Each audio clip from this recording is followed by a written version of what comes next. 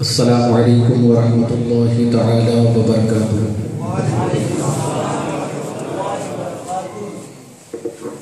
میں ایک بار پھر سلام کروں۔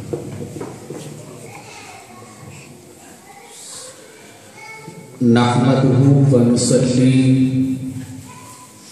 ونسلم علی رسولہ الکریم ورؤوف الرحیم، اما بعد فاعوذ باللہ من الشیطان الرجیم ببرکۃ بسم اللہ الرحمن الرحیم۔ رب هب لي من الصالحین، صدق اللہ العظیم وصدق رسولہ النبی الامین المختار الکریم، ونحن على ذلك لمن الشاهدين والشاكرين والحمد لله رب العالمين۔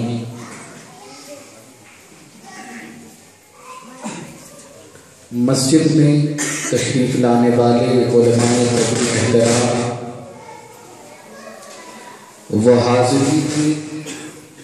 و حاضرات حضور سیدنا غوث ثقلین مجلس میں آنے والوں سنی مسلمانوں، السلام علیکم ورحمۃ اللہ وبرکاتہ۔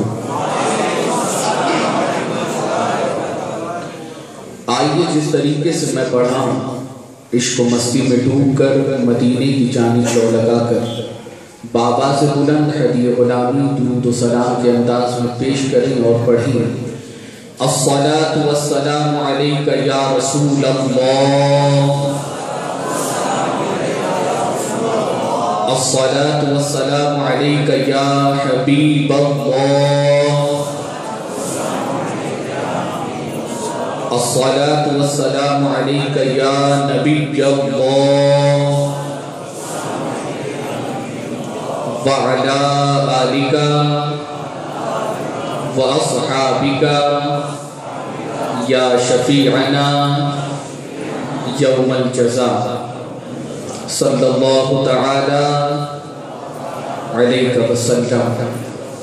رب قدیر کی بارگاہ میں دعا ہے کہ مولا تعالیٰ جس آیہ کریمہ کی تلاوت کا میں نے شرف حاصل کیا، اس کے ذمن میں جو بھی معروضات پیش کروں اس کے متعلق مجھے حق کہنے کی توفیق عطا فرما، اور جو کچھ بھی میں کہوں سب سے پہلے مجھے اور بعد جملہ سامعین کو اس پر عمل کرنے کا موقع عطا فرما، اور اے رب کعبہ حضور سیدنا غوث الثقلین کے روحانی فیضان سے تمام عالم اسلام کے خوش عقیدہ سنی مسلمانوں کو مالا مال فرما، اور اے پروردگار ہم تجھ سے دعا کرتے ہیں کہ ہمیں اپنی اولاد کو دینی اعتبار سے صحیح معنوں میں تربیت دینے کی توفیق عطا فرما۔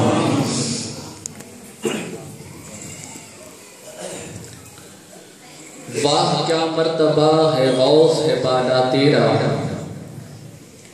واہ کیا مرتبہ ہے غوث ہے بالا تیرا، اونچے اونچوں کے سروں سے ہے قدم آلا تیرا، اونچے اونچوں کے سروں سے ہے قدم آلا تیرا، اور سر بھلا کیا کوئی جانے کہ ہے کیسا تیرا۔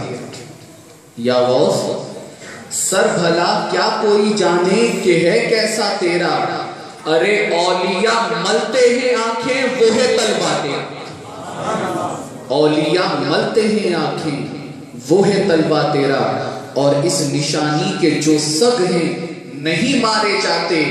آج لوگ نادان ہیں جو یہ کہتے ہیں کہ کیوں غوث کو مانتے ہو، کیوں غریب نواز کو مانتے ہو۔ ہم یہ کہتے ہیں کہ اس نشانی کے جو سگ ہیں غلام ہیں، اس نشانی کے جو سگ ہیں نہیں مارے جاتے۔ صرف دنیا میں نہیں، عاشق کہتا ہے حشر تک میرے گلے میں رہے پٹا تیرا۔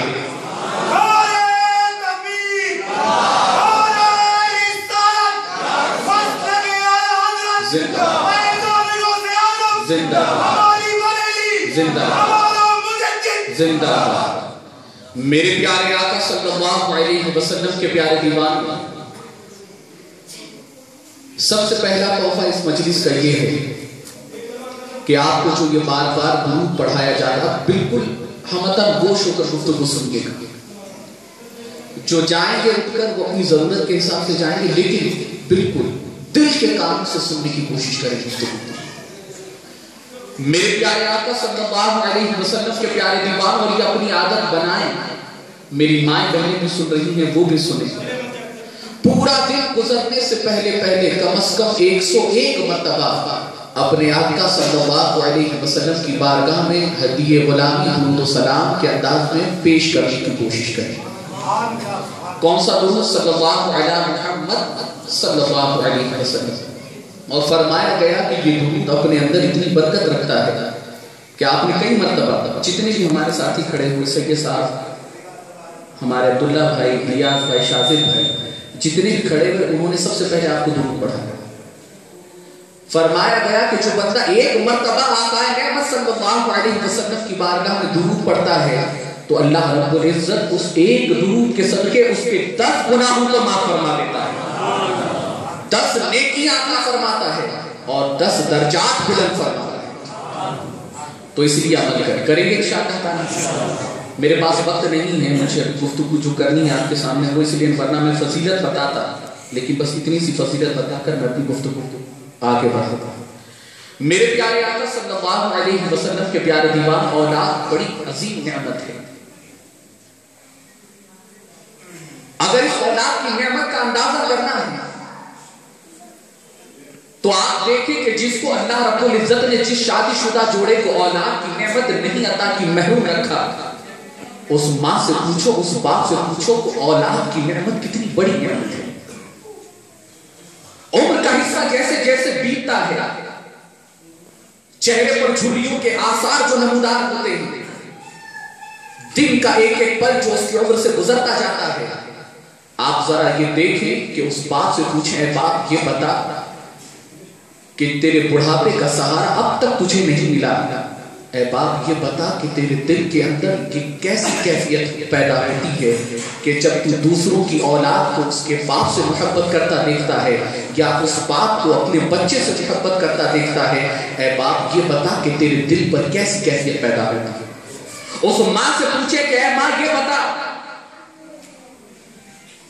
کہ جب تیری گود سونی ہے، جب تیری کوکھ خالی ہے، تو ایسی صورت میں جب کوئی ماں اپنے بچے سے محبت کا اظہار کرتی ہے اور کوئی ماں اپنے کوئی بچہ محبت کے ساتھ اپنی ماں کی آغوش میں چمٹ کر رہ جاتا ہے، اے ماں یہ بتا کہ تجھے اس کو کتنا بڑا احساس ہوتا ہے اولاد کے نہ ہونے کا۔ تو اس سے پوچھیں کہ اولاد کتنی بڑی نعمت ہے۔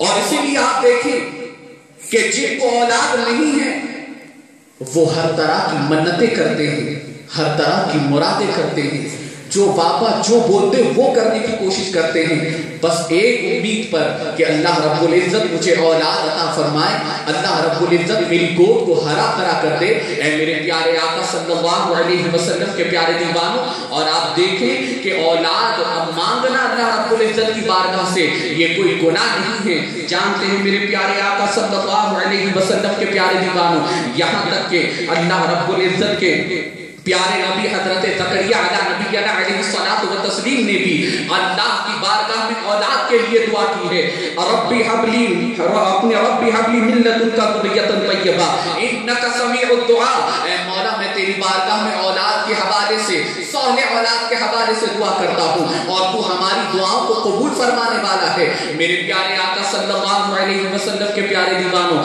سورہ آل عمران کے اندر حضرت زکریا کی یہ دعا کا انداز ملتا نظر آتا ہے۔ اور جانتے ہیں حضرت ابراہیم علیہ نبینا علیہ الصلوۃ والتسلیم نے بھی عمر کا اچھا خاصا حصہ گزر چکا ہے، اولاد کی نعمت سے محروم ہیں، اور جب دعا کرتے ہیں خانہ کعبہ کی تعمیر کرتے کرتے اللہ اکبر، حضرت ابراہیم علیہ السلام کی دعا کو قرآن نے ہائی لائٹ کیا اور حضرت ابراہیم علیہ السلام دعا کرتے ہیں، ربی حب لی من الصالحین، اے اللہ مجھے صالح اولاد عطا فرما، اے مولا مجھے نیک اولاد عطا فرما۔ میرے پیارے آقا صلی اللہ علیہ وسلم کے پیارے دیوانوں، پتہ چلا کہ دعا مانگو اولاد کی رب کی بارگاہ سے، لیکن اس طریقے سے کہ اے مولا مجھے نیک اولاد عطا فرما۔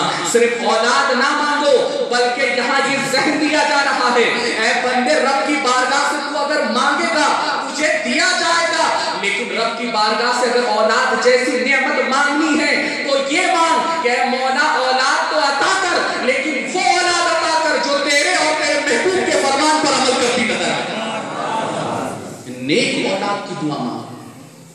اولاد تو رب کی بارگاہ سے دعا مانگنے کے لیے سلیقہ دیا جا رہا ہے، طریقہ دیا جا رہا ہے، لیکن نیک اولاد مانگنے کے لیے کہا جا رہا ہے۔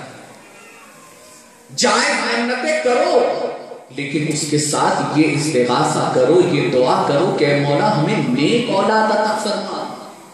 میرے پیارے آقا صلی اللہ علیہ وسلم کے پیارے دیوانوں، اور جن کو اللہ رب العزت نے اولاد عطا فرمائی، اب ان کی ذمہ داری کیا ہے؟ جو اولاد والے ہوئے اب ان کی ذمہ داری کیا ہے؟ آؤ احادیث رسول صلی اللہ علیہ وسلم کا جائزہ لیں۔ کیا اسلام ہمیں اس طرف رہنمائی کرتا نظر آتا ہے؟ کیا آقا صلی اللہ علیہ وسلم کی تعلیمات ہمیں اس طرف بھی ملتی نظر آتی ہیں؟ میرے پیارے آقا صلی اللہ علیہ وسلم کے پیارے دیوانوں جانتے ہیں، ایک باپ یہ تصور کرتا ہے کہ میری طرف سے میری اولاد کو وہ تحفہ ہوگا جو میری اولاد نے محبت کے ساتھ مجھ سے مانگا، میری طرف سے میری اولاد کو وہ تحفہ دیا جائے جو میری طاقت اور میری استطاعت کے مطابق ہے۔ اگر اولاد کسی ایسی چیز کی طرف تمنا کر دے جو اس باپ کی طاقت نہیں، اس باپ کی استطاعت نہیں، تو وہ باپ کوششیں کرتا نظر آتا ہے کہ میرا ایک بیٹا ہے، میری ایک بیٹی ہے، اس نے یہ خواہش ظاہر کی ہے کہ میں اس کو یہ تحفہ عطا کروں، اور بندہ اس کے لیے کوششیں کاوشیں کرتا نظر آتا ہے۔ لیکن اے میرے پیارے آقا صلی اللہ علیہ وسلم کے پیارے دیوانوں، اللہ رب العزت کے پیارے محبوب صلی اللہ علیہ وسلم دیکھو کیا ارشاد فرماتے ہیں۔ آپ نے اولاد کا حق، ماں باپ کا حق اولاد پہ کیا ہے یہ تو سنا ہوگا، ماں کا کتنا بڑا مقام ہے، والد کا کیا مقام ہے یہ تو سنا ہوگا، لیکن آؤ ذرا یہ بھی سنو، ماں اولاد کا ماں باپ پر کیا حق ہے، کیا حق رکھتا ہے بچہ، کیا حق رکھتا ہے اپنی ماں کے لیے، کیا حق رکھتا ہے اپنے باپ کے لیے، وہ بھی دیکھو۔ اور تحفہ ماں باپ کی بارگاہ سے بچے کے لیے کیا ہے؟ تو میرے آقا فرماتے 3 تحفے ہیں، 3 حق ہیں ماں باپ کا اپنے بچوں کے لیے۔ سب سے پہلا ہے میرے آقا صلی اللہ علیہ وسلم ارشاد فرماتے ہیں کہ جب اولاد پیدا ہو تو اس کا اچھا سا نام رکھا جائے، یہ سب سے پہلا تحفہ اور سب سے پہلے حق کی ادائیگی ماں باپ کی طرف سے بچے کے لیے۔ لیکن اے مسلمانوں، میں آپ سے پوچھتا ہوں کہ ذرا یہ بتاؤ اولاد کا نام ہم کیسے رکھتے ہیں؟ نام آج رکھے جاتے ہیں فلمی ہیروز کو دیکھ کر، نام آج رکھے جاتے ہیں ایکٹریس کو دیکھ کر، نہیں ہے میرے پیارے آقا صلی اللہ علیہ وسلم کے پیارے دیوانوں، ایک نئے ناموں کی ہوڑ لگی ہے، اور یہاں تک کہ اگر نام رکھے بھی جاتے ہیں تو پیٹ نیم کے طور پر، بلانے کے طور پر پپو چاچا، چنٹو،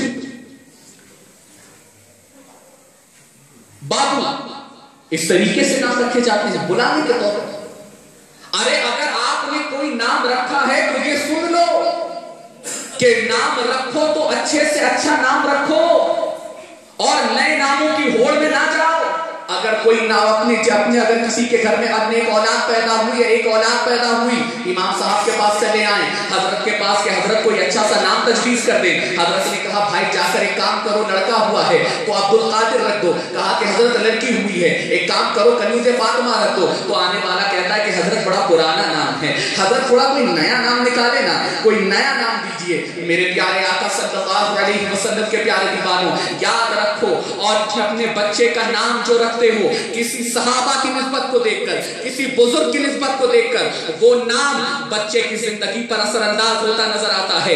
اگر بچے کا نام رکھا لیکن بلانے کے طور پر پپو رکھا تو زندگی پر وہ پپو نام کا اثر اس کی زندگی پر مرتب ہوگا، چنٹو نام کا اثر اس کی زندگی پر مرتب ہوگا، بابو نام کا اثر اس کی زندگی پر مرتب ہوگا۔ لیکن قسم خدا کی کہتا ہوں، ارے کسی سلمان کو دیکھ کر نام نہ رکھو، کسی دنیا دار کے سلمان کو دیکھ کر نام نہ رکھو۔ اگر سلمان نام رکھنا ہے تو حضرت سلمان فارسی کی نسبت سے نام رکھو۔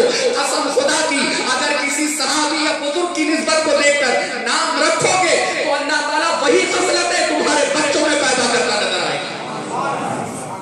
میرے پیارے آقا صلی اللہ علیہ وسلم کے پیارے کو نئے نام کی ہوڑ ہے، حضرت کوئی نیا نام دیجیے۔ کیوں آپ ہی کے گھر اولاد ہوئی ہے؟ اس سے پہلے کسی کے گھر میں اولاد نہیں تھی، نہیں حضرت نیا نام، اگر حضرت بول بھی دیں کہ یہ رکھ دو، ارے حضرت یہ تو دادا کا نام تھا، کہاں سے رکھے؟ حضرت یہ نام ہے، یہ لے لیجیے، حضرت یہ تو ان کے نانا کا نام ہے، یہ کہاں سے رکھے؟ سنو، حضرت امام علی مقام رضی اللہ تعالیٰ عنہ نے اپنے بچوں کے نام کیا رکھے؟ آپ نے کربلا کا واقعہ نہیں سنا؟ اس کے ذہن میں آنے والے نام نہیں سنے؟ بڑے بیٹے کا نام علی اکبر رکھا اپنے والد کی نسبت سے، امتیاز کی حیثیت سے انہوں نے آگے رکھا علی اکبر، دوسرے بیٹے کا نام علی اوسط، تیسرے بیٹے کا نام علی اصغر، یعنی جتنی بھی نسبتیں جوڑی اپنے والد کی بارگاہ سے جوڑی، اور یہ نسبتیں ایسی کام آئیں، یہ نام کا اثر ایسا نظر آیا کہ کربلا کے میدان میں آئے ہیں تو اللہ رب العزت نے ان کے ہاتھوں میں قوت حیدری عطا فرما کر اور کربلا کے اندر یہ بتا دیا کہ اگرچہ خیمے حسینی کے ماننے والوں اور اہل بیت کے چاہنے والوں کے اوپر 3 دن کا پانی بند ہے، 3 دن کے لیے دانا بند ہے، لیکن وہ اب بھی میدان میں آتے ہیں تو ایک حیدر کرار کی مثال بن کر کربلا میں آتے ہیں۔ یہ آپ کو نظر نہیں آتا؟ تو اسی لیے اچھا سا نام رکھنے کی کوشش کریں، اور میری مائیں بہنیں بھی سنیں، بچیوں کا بھی اچھا سا نام تجویز کریں تو صحابیات کی نسبت سے، خاتون جنت کی نسبت سے، اور جتنی امہات المومنین ہیں ان کی نسبت سے رکھنے کی کوشش کریں۔ تو سب سے پہلا تحفہ باپ کی طرف سے یہ ہوتا ہے۔ دوسرا تحفہ، میرے آقا صلی اللہ علیہ وسلم ارشاد فرماتے ہیں کہ دوسرا تحفہ یہ ہے کہ اپنے بیٹے کو دینی تعلیم سے آراستہ کرنا، یہ دوسرا تحفہ ہے ایک باپ کا، یہ دوسرا حق ہے ایک باپ کا اپنے بچے کے لیے۔ اے میرے پیارے آقا صلی اللہ علیہ وسلم کے پیارے دیوانوں، ذرا بتائیں، آج ہم اپنے اولاد کو تعلیم تو دے رہے ہیں لیکن دوسرے انداز سے، دین کی تعلیم کو پس پشت ڈال دیا، دین کی تعلیم دیتے نظر نہیں آ رہے۔ دنیا کی تعلیم کے لیے اگر سامنے والا 25,000 ڈونیشن مانگ رہا ہے، بندہ دینے کے لیے تیار ہے۔ گورنمنٹ اسکول میں داخلے کے لیے، کیتھولک اسکول میں داخلے کے لیے، انگلش میڈیم اسکول میں داخلے کے لیے اگر صبح فارم کے لیے صبح 4 بجے سے لائن لگانی پڑے، ماں جاتی نظر آتی ہے، باپ جاتا نظر آتا ہے، ڈونیشن مانگا جائے تو منہ پھاڑ کر دیا جاتا ہے، لیکن اللہ اکبر، ہائے قسمت، جب ایک دن اپنے دینی تعلیم کے لیے ہمارے مسجد کا امام، ہمارے مسجد کے نائب امام کو اگر کوئی خدمت کرنی ہو، 200 روپے فیس رکھی جائے تو باپ کے پیشانی پر بل آتے ہیں، ماں کی پیشانی پر بل آتے ہیں۔ یہ دنیا کی تعلیم کے لیے 25,000 دیتے ہو، ارے دین کی تعلیم کے لیے چند روپے خرچہ کرنے کی ہماری اوقات نہیں رہتی۔ اے میرے پیارے آقا صلی اللہ علیہ وسلم کے پیارے دیوانوں، جانتے ہیں آپ، میرے آقا صلی اللہ علیہ وسلم نے ارشاد فرمایا ہے کہ اپنے بچوں کو دینی تعلیم سے آراستہ کرو، اور میرے آقا صلی اللہ علیہ وسلم نے علم کو فرض قرار دیا، اور علم کو فرض تمام تر لوگوں پر قرار دیا، تمام تر امت مسلمہ پر قرار دیا۔ لیکن ذرا آپ بتائیں تو صحیح، علم دین سے ہم اور آپ کتنے آ رہی ہیں؟ ارے حق تو یہ ہے، ماں باپ کی عظمتیں اپنی جگہ ہے، ماں باپ کا احترام اپنی جگہ ہے، ذرا بتاؤ تو صحیح، یہاں جتنے حاضر ہیں ہم میں کا کوئی ایک بندہ ایسا ہے کہ اگر اس کے والد کا انتقال ہو جائے، اس کی والد کا انتقال ہو جائے، یا اس کے گھر کے اہل خانہ میں سے کسی کا انتقال ہو جائے، تو ہم میں سے کوئی ایک بندہ بھی ہے جو اپنے والد کی نماز جنازہ پڑھا سکے، اپنی والد کی نماز جنازہ پڑھا سکے، اپنی والدہ کی نماز جنازہ پڑھا سکے؟ حق تو یہ ہے کہ اگر باپ کے نام پر قرآن خوانی ہوتی ہے تو بچے بلائے جاتے ہیں، حضرت کو ڈھونڈا جاتا ہے، جنازہ سامنے رکھا ہوا ہے، بیٹے نے اتنی ڈگری جمع کر لی ہے، اتنی ڈگری جمع کر لی ہے کہ دین کی تعلیم سے اتنا پورا عاری ہو گیا ہے، اللہ اکبر، کہ باپ کا جاتے جاتے جو آخری حق ہے بچہ وہ تک ادا نہ کر سکا۔ باپ کو نلانے کا جو حق ہے بچہ دوسروں کو بلا رہا ہے، کفن دینے کا جو حق ہے بچہ دوسروں کا محتاج ہے، نماز جنازہ کے لیے عالم کو تلاش کر رہا ہے، نماز جنازہ کے لیے مبلغ کو تلاش کر رہا ہے۔ اے میرے پیارے آقا صلی اللہ علیہ وسلم کے پیارے دیوانوں، سنو، میرے آقا صلی اللہ علیہ وسلم نے کیا ارشاد فرمایا کہ اگر میت کا کوئی اہل خانہ اگر میت کی نماز جنازہ پڑھاتا ہے تو اللہ رب العزت اسی وقت اس میت کی مغفرت فرما دیتا ہے۔ کیا وجہ ہے؟ اللہ اکبر، وہ اسی لیے کہ اگر آپ کے گھر میں، مثال دے رہا ہوں، اگر آپ کے گھر میں کسی اہل خانہ میں سے کسی کا انتقال ہو گیا، مثال کے طور پر کسی بچے کی ماں کا انتقال ہو گیا، آپ نے حضرت کو بلا لیا، حضرت آئیے نماز جنازہ پڑھیے، آپ نے آگے کر دیا، حضرت کی تو ذمہ داری تھی، حضرت آئے، انہوں نے نماز جنازہ پڑھی، ہاتھ اٹھا کر دعا کر دی اور رخصت ہوئے. لیکن اللہ اکبر، ذرا بتاؤ تو صحیح، حضرت کا رشتہ آپ کی والدہ سے کیا تھا؟ کچھ نہیں. حضرت کا رشتہ آپ کی والدہ سے کیا تھا؟ کچھ نہیں. نہ خونی رشتہ تھا، نہ خاندانی رشتہ تھا، ایک فریضہ تھا جو انہوں نے اس وقت ادا کر دیا بحیثیت مسلمان ہونے کے. لیکن اے میرے پیارے آقا صلی اللہ علیہ وسلم کے پیارے دیوانوں، جب ایک اولاد کھڑے رہ کر اپنی ماں کی نماز جنازہ پڑھاتی ہے، جب ایک اولاد کھڑے رہ کر اپنے باپ کا جنازہ پڑھاتا ہے، اللہ اکبر، ارے دل رو رہا ہوتا ہے، آنکھیں رو رہی ہوتی ہیں. میرے باپ کا جنازہ نظروں کے سامنے ہے، میری ماں کا جنازہ نظروں کے سامنے ہے. بچہ وہ نماز جنازہ کے اندر دل کی عطا گہرائی سے دعا کر رہا ہے کہ آج والد کا جنازہ سامنے ہے، اب تھوڑی ہی دیر بعد قبر کے حوالے کر دیا جائے گا. اس کے بعد نہ والد کا چہرہ نظر آئے گا، نہ والد کا جسم نظر آئے گا، کچھ نہیں نظر آئے گا. اور جب بندہ دل کی عطا گہرائیوں سے مولا کی بارگاہ میں دعا کرتا ہے، اے مولا یہ میری والدہ ہے جس نے 9 مہینے کوکھ میں رکھ کر مجھے تکلیف کے ساتھ چلا ہے. اے مولا یہ میرے والد ہیں جنہوں نے تکلیف سہتے ہوئے میری تعلیم اور تربیت کا اہتمام کیا ہے. اے مولا میری والد کی مغفرت فرما، اے مولا میری والدہ کی مغفرت فرما. جب بندہ اس طریقے سے نماز جنازہ میں دعا کرتا ہے تو میرا مولا اسی وقت، کیونکہ جب دعا ہوتی ہے تو دل کی عطا گہرائی سے ہوتی ہے، دعا ہوتی ہے تو آنسوؤں کے نذرانے کے ساتھ ہوتی ہے، اور جب یہ دعا ہوتی ہے تو رحمت چھوٹ جاتی ہے اور بارگاہ الہی میں دعا قبول ہو کر میت کی مغفرت کر دی جاتی ہے. ذرا بتاؤ نا کتنے سے ہم میں سے ایسے ہیں جنہوں نے اس قدر بھی دین کی تعلیم حاصل کی. ارے حد تو یہ ہے، حد تو یہ ہے، حد تو یہ ہے. اگر کسی کو سورہ فاتحہ تو بہت دور کی بات ہے، کسی کو 5 کلمے پوچھ لیے جائیں، 5 کلمے صحیح طریقے سے 5 کلمے پڑھ کے سنا دو، وہ تک یاد ہے. چائے کے ٹھیلے پر بیٹھ کر پارلیمنٹ کے مسئلے سالو کرتے ہیں. دنیا کی ضرورتوں کے ساتھ دنیا کا حساب کتاب یاد رہتا ہے. اگر یاد نہیں ہے تو یہ دین کی باتیں یاد نہیں.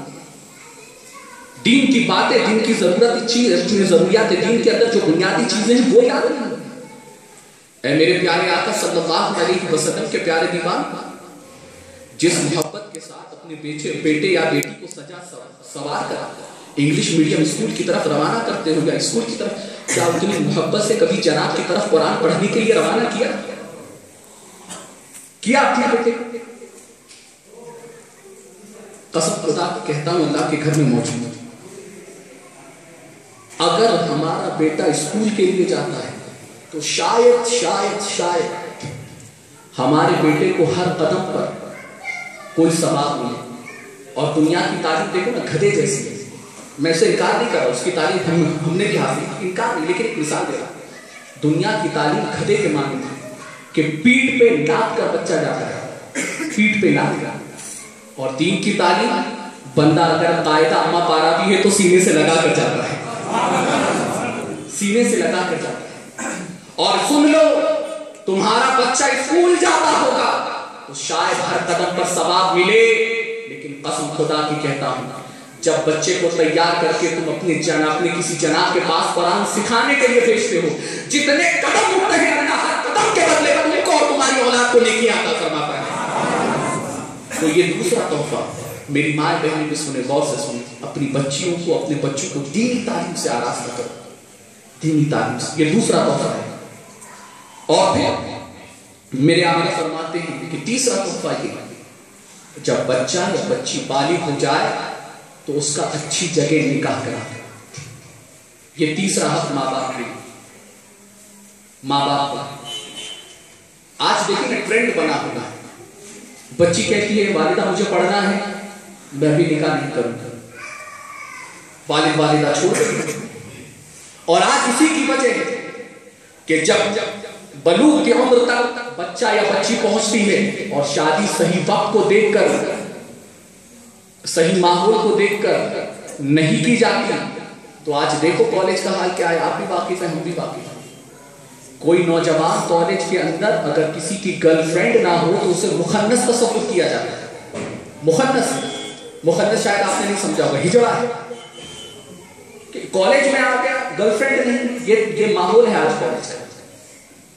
کوئی بچی اگر پردے کی پابندی کرے اسے دقیانوسی سمجھا جاتا ہے، دقیانوسی خیالات کی کہ اس کا کوئی بوائے فرینڈ نہیں. یہ کالج کی تعلیم. یاد رکھو اسکول کالج صرف دنیا کی تعلیم دیتے ہیں، تربیت نہیں. تربیت تمہارے گھر کا ماحول دیتا ہے، تمہارے گھر کا ماحول دیتا ہے. اور جانتے ہیں میری مائیں بہنیں بھی سن رہی ہیں، جو بچیاں سن رہی ہیں، میری بہنیں سن رہی ہیں، شادی کے لائق ہو چکے تو وہ بھی سنیں. اچھا مناسب رشتہ آ جائے صحیح وقت کے ساتھ رشتہ کر لیں. کیوں؟ سنو میرے آقا نے کیا ارشاد. میرے آقا نے ارشاد فرمایا اپنے 3 چیزوں میں جلدی کریں. 3 چیزوں میں جلدی کرو. کون سی چیز؟ سب سے پہلی چیز میرے آقا فرماتے اگر نماز کا وقت ہو جائے تو نماز پڑھنے میں جلدی کرو. نماز پڑھنے میں جلدی کرو. دوسری میرے آقا فرماتے دوسرا کہ اگر میت ہو جائے تو دفنانے میں جلدی کرو. اور تیسرا کہ اگر لڑکا یا لڑکی جوان ہو جائے تو شادی کرنے میں جلدی کرو. کیوں؟ کیونکہ پھر شیطان اپنی پوری طاقت کے ساتھ، جس کو ٹین ایج کہا جاتا ہے، ٹین ایج، اس ٹین ایج کے اندر شیطان اپنی پوری طاقت کے ساتھ حملہ کرتا ہے. پھر بچی کے قدم ڈگمگانے میں وقت نہیں لگتا، لڑکے کے قدم ڈگمگانے میں وقت نہیں لگتا. اگر ماحول سے وابستہ نہیں بچی یا بچہ، پھر دیکھو موبائل کا جائزہ لو، موبائل کا جائزہ لو، چیٹ دیکھو واٹس ایپ پر، یہی سب ہوتا ہے. تو بہرحال تو شادی اگر وقت آ جائے تو اچھی جگہ نکاح کرا. میرے پیارے آقا صلی اللہ علیہ وسلم کے پیارے دیوان اور جانتے ہیں آگے اب میں گفتگو کو تھوڑا کم کروں کیونکہ وقت زیادہ ہو رہا ہے. میرے پیارے آقا صلی اللہ علیہ وسلم کے پیارے دیوان جانتے ہیں میرے آقا صلی اللہ علیہ وسلم فرماتے ہیں کہ جب تمہارے گھر میں اولاد ہو تو اپنے بچوں کو 3 چیزیں سکھاؤ. کون سی چیز؟ سب سے پہلی چیز میرے آقا ارشاد فرماتے حب نبی، اپنے نبی کی محبت سکھاؤ. حب تلاوت القرآن، اسے تلاوت قرآن کی محبت سکھاؤ. اور حب اہل بیتی، اسے اہل بیت کی محبت سکھاؤ. کہ جب بچے کو بچپن سے ہی نبی کی عظمت سکھائی جائے گی تو بڑا ہو کر وہابی نہیں بنے گا، بلکہ صحابہ کی محبت لے کر عاشق رسول بن کر زندگی گزارتا نظر آئے گا. نبی کو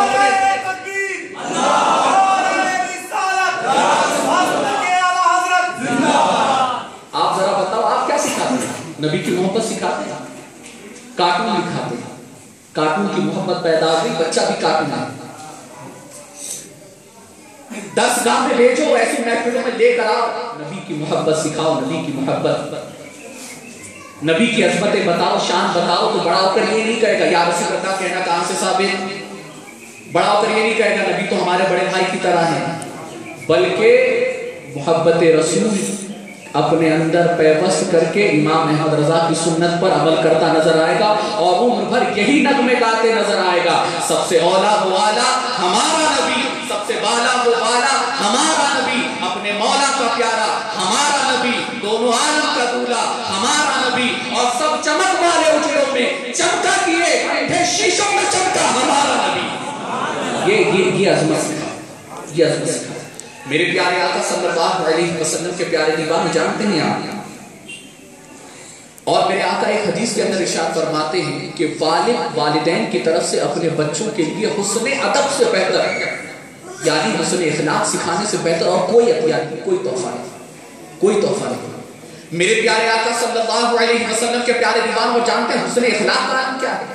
میرے آقا صلی اللہ علیہ وسلم ارشاد فرماتے ہیں کہ حسن اخلاق وہ عمل ہے کہ اگر کسی بندے کے پاس حسن اخلاق ہو تو اللہ اسے بن مانگے وہ مرتبے عطا کرتا ہے کہ جو بندہ دن بھر روزہ رکھ کر اور رات بھر عبادت کر کے حاصل کرتا ہے. اگر کسی کے پاس حسن اخلاق ہے، یہ اپنی اولاد کو سکھاؤ. آج ایک ہوڑ چلی ہے، تھوڑا UK US کا تھوڑا فتور چڑھا ہے کہ باپ بچہ اگر باپ کے قدموں کے برابر ہو گیا تو بیٹا کہتا، باپ کہتا ہے بیٹا ابھی ہم دوست ہیں، ماں باپ نہیں رہے، دوست ہیں، تو اپنے خیالات شیئر کر، میں تیرے خیالات شیئر کرتا ہوں، اپنے خیالات شیئر کر. بیٹے کو بیٹا رہنا تو دوست نہ بنا. میرے پیارے آقا صلی اللہ علیہ وسلم کے پیارے دیوان، اور جب یہ ہمارا وتیرہ ہی نہیں کہ غیروں کی طرح جہاں شراب حلال ہو تو بیٹا بھی ساتھ میں پی رہا ہو، بیٹی بھی ساتھ میں پی رہی ہو، والد بھی ساتھ میں پی رہا ہو،